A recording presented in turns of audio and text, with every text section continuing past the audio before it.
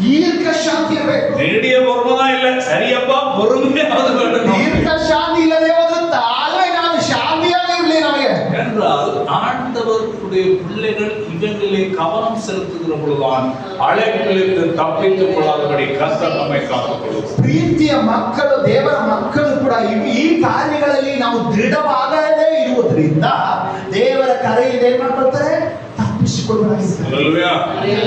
அடுத்ததாய் பொறுமையோடு தேவ பக்தி இருக்கணும். ನೋಡಿ ಮತ್ತೆ ಕೆಳಗೆ ವಾಕ್ಯ ಹೇಳ್ತದೆ, ತಾಳ್ಮೆಯೊಂದಿಗೆ ಏನಿರ್ಬೇಕಂತೆ, ಭಕ್ತಿಯನ್ನ. தேவ பக்தி எல்லாம் ஊதுபத்தி மாதிரி போச்சு. ನೋಡಿ ದೇವ ಭಕ್ತಿ ಎಲ್ಲ ನಾವು ಈಗ ಊದುಬತ್ತಿಯ ರೀತಿಯಲ್ಲಿ ಆಗ್ಬಿಟ್ಟಿದೆ.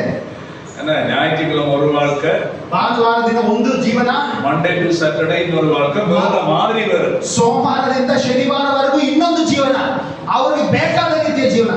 அப்படி இல்ல, ಹಾಗಲ್ಲ. ಸಂಡೇ அப்படி பரிசுத்தமா வாழணும், ಭಾನುವಾರ ಹೇಗೆ ಪರಿಶುದ್ಧವಾಗಿದೆಯೋ ಮಂಡೇ ಟು ಸ್ಯಾಟರ್ಡೇ அப்படியே வாழணும், ಸೋಮವಾರದಿಂದ ಶನಿವಾರವರೆಗೂ ಹಾಗೆ ಪರಿಶುದ್ಧವಾಗಿ ಜೀವಿಸಿರಿ. சில பேர் சொல்லுவாங்க ஞாயிற்றுக்கிழமை இந்த வாயாரம் பழதாக்காதீங்க. ನೋಡಿ ಕೆಲವರು ಹೇಳ್ತಾರೆ, ಭಾನುವಾರ ದಿನ ನನ್ನ ಬಾಯಿಂದ ಹಲಸು ಮಾತುಗಳನ್ನ, அப்படியா? நாங்க கிறிஸ்தவர்களே இல்ல, ಹಾಗಿರುವುದಾಗಿ ನಾವು ಕ್ರೈಸ್ತರೇ ಅಲ್ಲ. அதோட இன்னொரு விசேஷமா சொல்லுவாங்க, ಇನ್ನೊಬ್ಬರು ವಿಶೇಷವಾಗಿ ಹೇಳ್ತಾರೆ, ಇನ್ನೊಂದು நற்கருணை ஆகினாலே இன்று யாரும் கூட அப்பாதிருக்கள். நற்கருணை திருப்பந்தி கம்மி. ಇವತ್ತು ಕರ್ತೃ ಭೋಜನ ದಿನ ನನ್ನನ್ನು ಕೂಡ ಪರಿಶುದ್ಧವಾಗಿ ನಾನು ಆಗಲ್ಲ. ಚರ್ಚಿಲ್ ஒரு வாழ்க்கை, வேலை ಸ್ಥಳದಲ್ಲಿ ಇನ್ನೊಂದು வாழ்க்கை, ಆಲಯದಲ್ಲಿ ಒಂದು ಜೀವನ, ಕೆಲಸ ಜಾಗದಲ್ಲಿ ಇನ್ನೊಂದು ಜೀವನ. ಅದಲ್ಲ. ಚರ್ಚಿಲ್ அப்படி இருக்கும், ಭಾನುವಾರದಲ್ಲಿ ಹೇಗೆ ಆಲಯದಲ್ಲಿ ಇದೆಯೋ ಹಾಗೆ ಮನೆಯಲ್ಲಿ ಇರಬೇಕು. ಚರ್ಚಿಲ್ அப்படி இருக்கும், அப்படிதான் வேலை ಸ್ಥಳದಲ್ಲಿ ಮನೆಯಲ್ಲಿ ಹೇಗೆ, ಆಲಯದಲ್ಲಿ ಹೇಗಿದೆಯೋ ಹಾಗೆ ಕೆಲಸದಲ್ಲಿಯೂ ಹಾಗಿರಬೇಕು. அல்லேலூயா. ஆண்டவர் நேற்று முன்று ஒன்றும் ಕರ್ತನು ನಿನ್ನೆ ಇವತ್ತು ನಾಳೆ ಎಂದೆಂದಿಗೂ ಮಾರ್ಪಡದೇ ಇರುವ ದೇವರು. ನಾವು ನೆನೆಸುವವರೆಲ್ಲ ಮಾರ ಟ್ರೈ ಪண்றோம், ಆದ್ರೆ ನಾನು ನೆನೆಸುವ ರೀತಿಯಲ್ಲಿ ಮಾರ್ಪಡುವುದಕ್ಕಾಗಿ ನಾನು ಪ್ರಯತ್ನ ಮಾಡ್ತೇನೆ. ನಾಳೆ ನಮ್ಮ ಅழைப்பு ಸೀರಳಿಸப்படுது. ಆದ್ದರಿಂದ ನಮ್ಮ ಕರೆ ನಾವು ಏನ್ ಮಾಡ್ಕೊಳ್ತೇವೆ, ನಾಶಗಳು ಆಗ್ತದೆ. ಗಮನವಾಗಿರಬೇಕು. பாருங்க, தேவ பக்தி என்ன எப்படிதான், ದೇವ ಭಕ್ತಿ ಅದು ಹಾಗಿದೆ.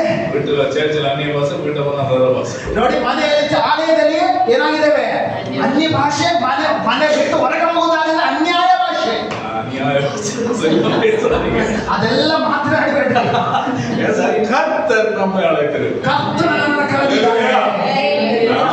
நாம நினைச்சு சேர்ச்சில வந்திருக்கல, ನಾವು ನೆನೆಸಿ ನಾವು ಅಂದ್ಕೊಳ್ಳುವ ರೀತಿಯಲ್ಲಿ ಆಲಯಕ್ಕೆ ಬರಲಿಲ್ಲ. ನಾವು ரட்சிப்புக்கு நாங்க எதுக்கும் தகுதி இல்லாத இருந்த பொழுது ஆண்டவர் தன்னுடைய மகள் என்ற இடத்தில் எங்களை வைத்து இந்த ரட்சிப்பை வேதத்தை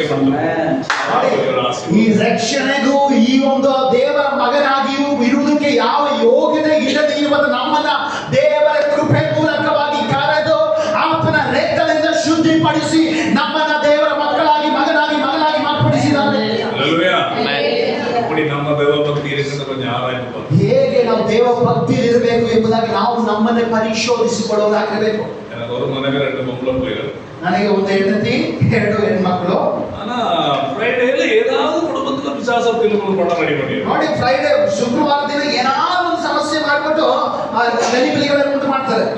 ಮನೆಯವರು ಎಲ್ಲ ಕೀழே ಉட்கார்ந்து சாப்பிடும்போது நான் சொல்லுவேன், ನಾನು ನನ್ನ ಹೆಂಡತಿ ಮಕ್ಕಳು ಎಲ್ಲ ಕೆಳಗಡೆ ಇದ್ದು ಊಟ ಮಾಡುತ್ತಿರುವಾಗ ನಾನು ಹೇಳ್ತಿದ್ದೆ, என்ன பிரச்சனை வந்தாலும், ಏನೇ ಸಮಸ್ಯೆ ಬಂದರೂ ಕೂಡ சண்டே கிட்ட வருது, ಭಾನುವಾರ ಹತ್ರ ಬರ್ತಾ ಇದೆ, உங்களை திருடுவான், ವೈರಿ ನೀನು ಏನ್ ಮಾಡ್ತಾರೆ, ಕತ್ತುಕೊಳ್ತೇನೆ. நீங்க என்னோட வாஞ்சி முகத்தை நட்டினா, ನೀನು ನನಗೆ ವಿರುದ್ಧವಾಗಿ ಮಗವನ ಮೂತಿಯನ್ನು ತಿರುಗಿಸುವುದಾಗಿದ್ರೆ ನಾನು ಪ್ರಸಂಗ ಮಾಡಲ್ಲ. ஐயோ நாங்கெல்லாம் அப்படி இல்லை, ಅಯ್ಯೋ ನಾವೆಲ್ಲ ಹಾಗೆ ಇರುವುದಿಲ್ಲಪ್ಪ. 2 பொம்பளை பிள்ளைகள் 12 வயசு 8 வயசು, 2 ಹೆಣ್ಮಕ್ಳು 12, ಅದೇ ರೀತಿ 8 ವರ್ಷ ಇರ್ತಾರೆ. 2 பொம்பளை நான் அடிக்கல, ನಾನು 2